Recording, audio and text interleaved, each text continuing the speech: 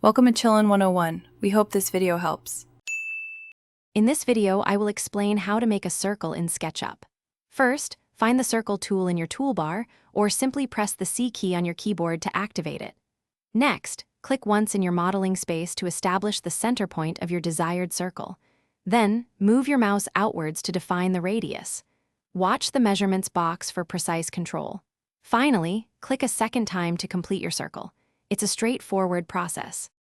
SketchUp circles are actually polygons with many sides, called segments. Before you draw, you can adjust this number to control how smooth your circle appears. After selecting the circle tool, simply type a number, like 24S, and press Enter. A higher number of segments creates a smoother curve, while fewer segments result in a more faceted appearance. This is crucial for both visual quality and model performance. To draw circles precisely, you can infer to existing faces, ensuring your circle lies on the correct plane. After setting your center point, you can type a specific radius value, such as 2 feet or 1 meter, and press Enter before the second click. This allows for exact sizing.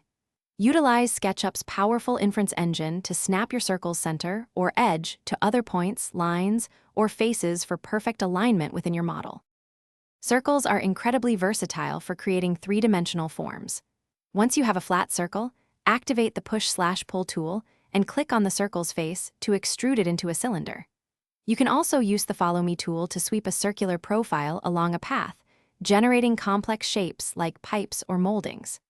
Experiment with these tools to transform your two-dimensional circles into a wide array of three-dimensional objects, enhancing your designs. Thanks for watching. Consider subscribing if we helped you.